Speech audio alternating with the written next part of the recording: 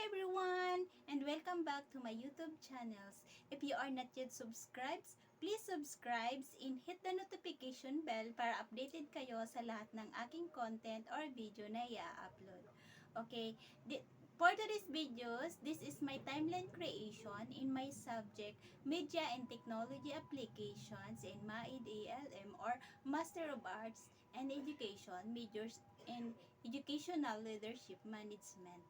Okay, before I will start or I show you my video presentation, I will present my learning objectives for today's videos. This is my learning objectives.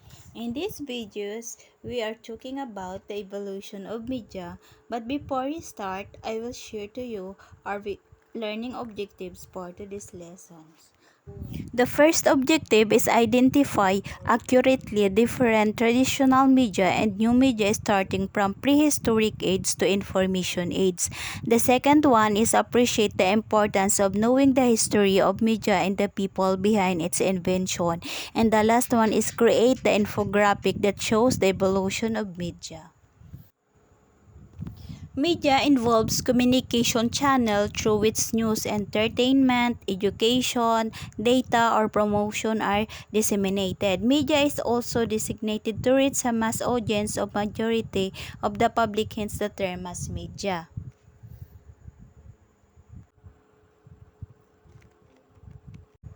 Media and its impact have been around as far back as humans began to interact with different persons and tribes, integrating countries and creating different methods to communicate, express one's thoughts, and pass knowledge and information.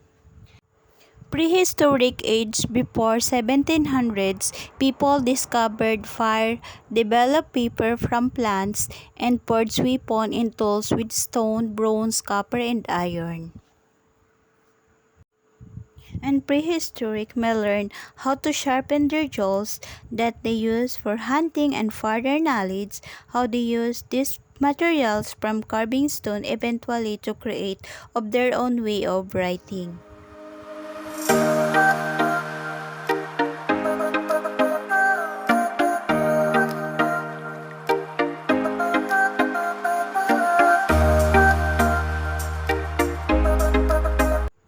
Prehistoric art as the earliest form of traditional media. Petroglyphs can be carvings or engraving in rocks or caves. Uh, as you can see in the pictures, it is the way of life that how to write in the stones. And also we have pictographs represent words or phrases through symbols used to refer to sketches or paintings that usually depict nature's early people's way of life. As it compares the two pictures, is much better the pictographs. Cave paintings, these are painted drawings on cave walls or ceilings, mainly of prehistoric origins. So again, in this era, people normally carve with usually around them like animals or nature. And after all, people will discover the clay tablets. This is were used as a writing medium, especially for writing and cuneiforms throughout the Bronze Age and well into the Iron Age. A cuneiform, a system of writing used in the ancient Middle East and was the most widespread and historically significant writing system in the ancient Middle East. And after cuneiform discover, have also the papyrus. It is a plant and material similar to thick paper that was used in ancient times as a writing surface. So that's all the things that discovers in prehistoric periods. The prehistoric is the petroglyphs, pictographs, cave paintings, clay tablets, papyrus. So let's proceed to the second era, the industrial age in 1700s to 1930s.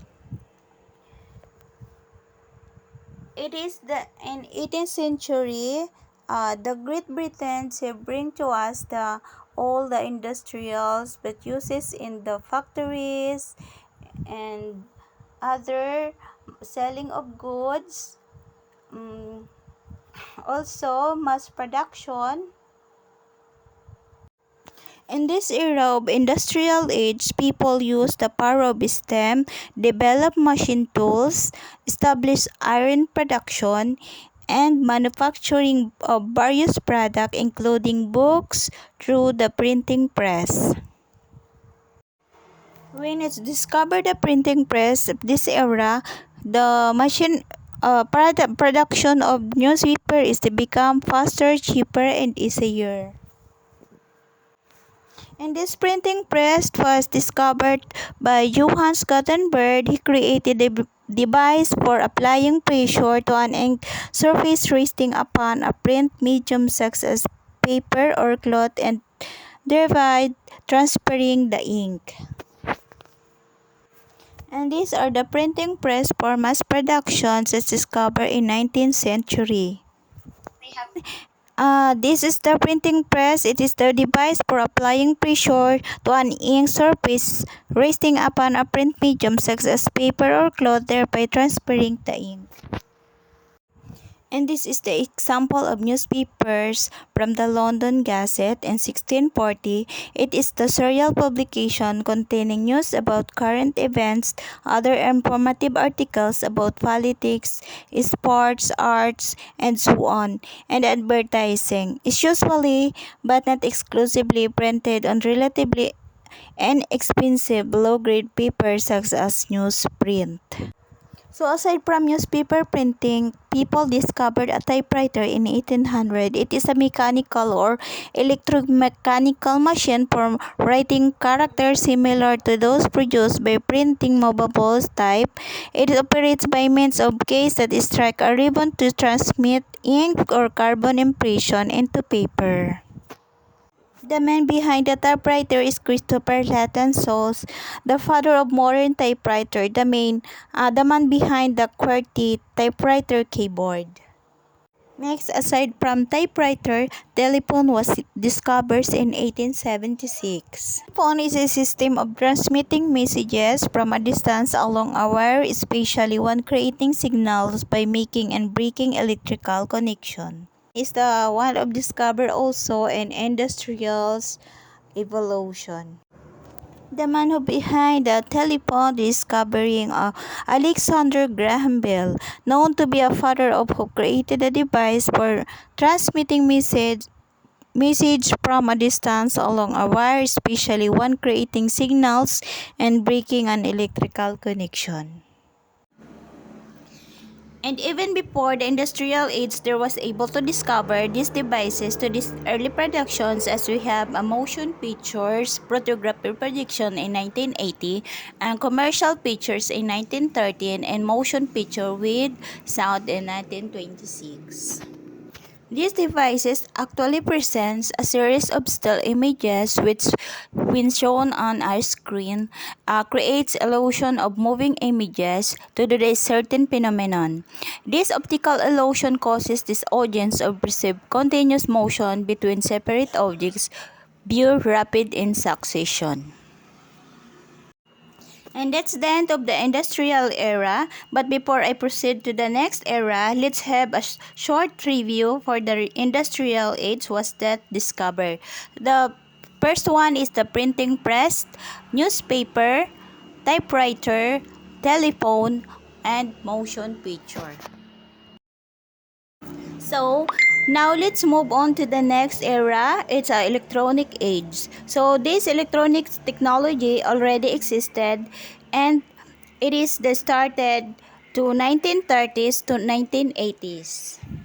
And the invention of transistor ushered during this time, people harnessed the power of transistors that led to the transistors radio, electronic circuits, and the early computers. In this age, long-distance communication became more efficient. The era was dubbed as the age of implosion, since advanced technologies started. In this era, we have also a transistor radio. It is a small portable receiver that uses transistor-based circuitry. It is a package-sized device that is used mainly for information dissemination and later for this broadcasting entertainment like music, etc. So people in this era got her news from radio and even have for entertainment have there.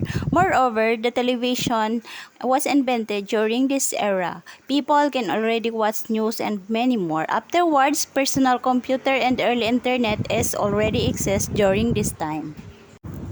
So after people was discover personal computers, also developed the OHP and LCD projector.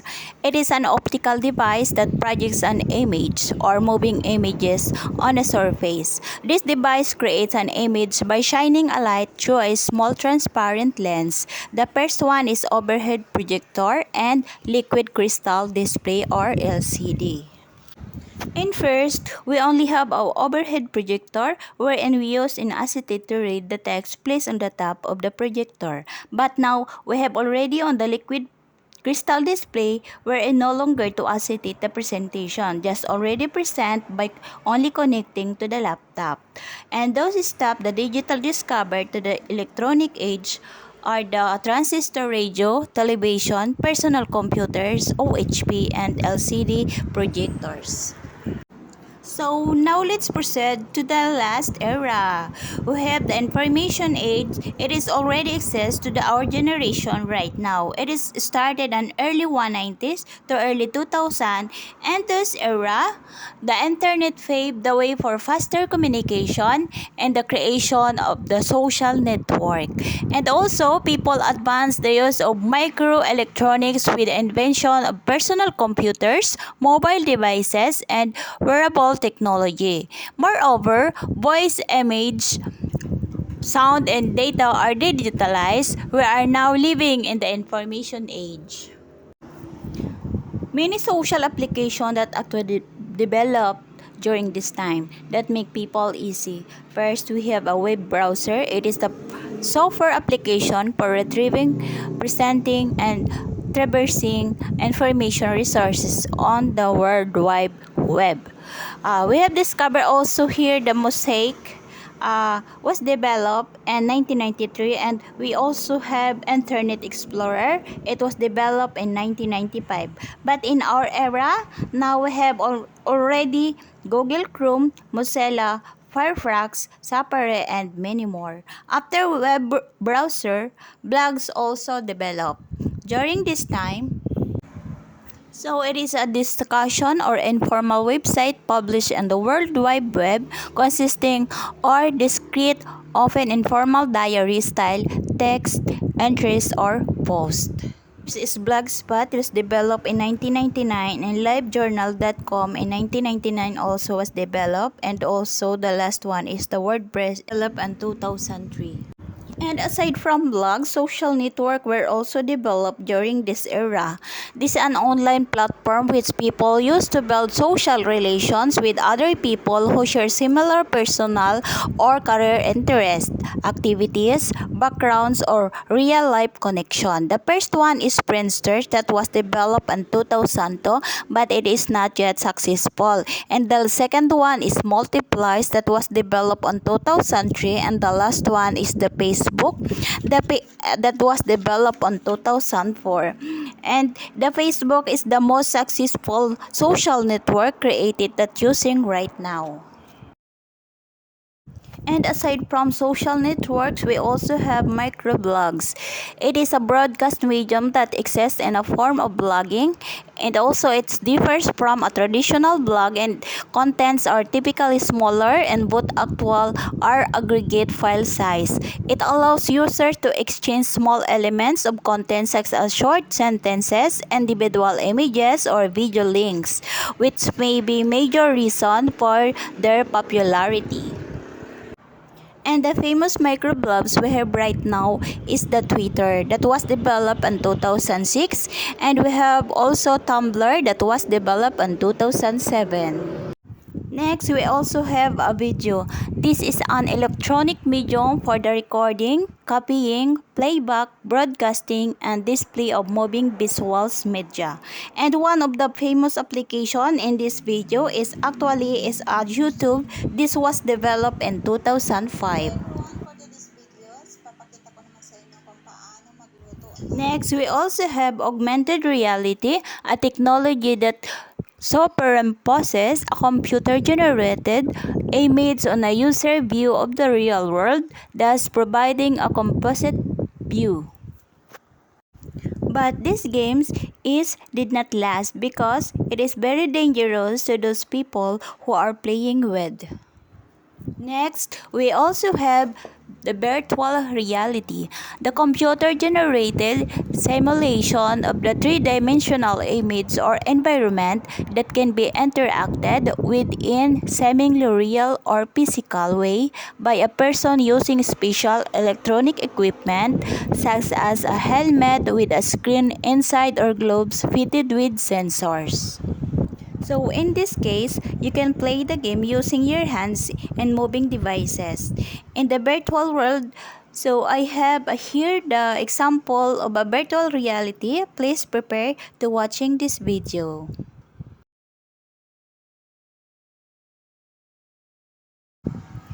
Next, we have also a video chat.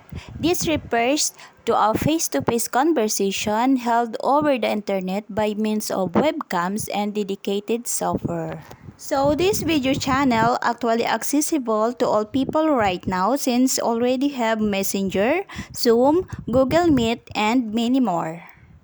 Next, we also have different search engines. This refers to a software system that is designed to search for information in the World Wide Web. So unlike before, we need to go to the library to search information. Now we have a Google, and this application was actually developed in 1996, and we also have a Yahoo that it was developed in 1995. But this one is not very accurate compared to Google. We also have portable computer.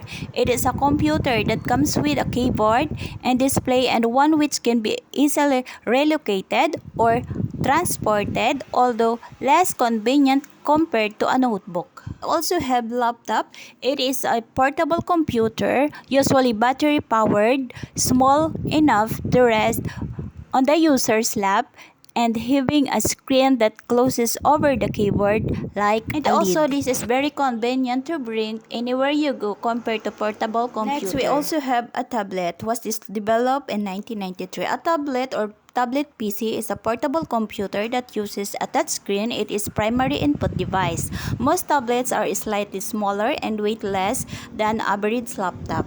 And also have a notebook that was developed in 2008.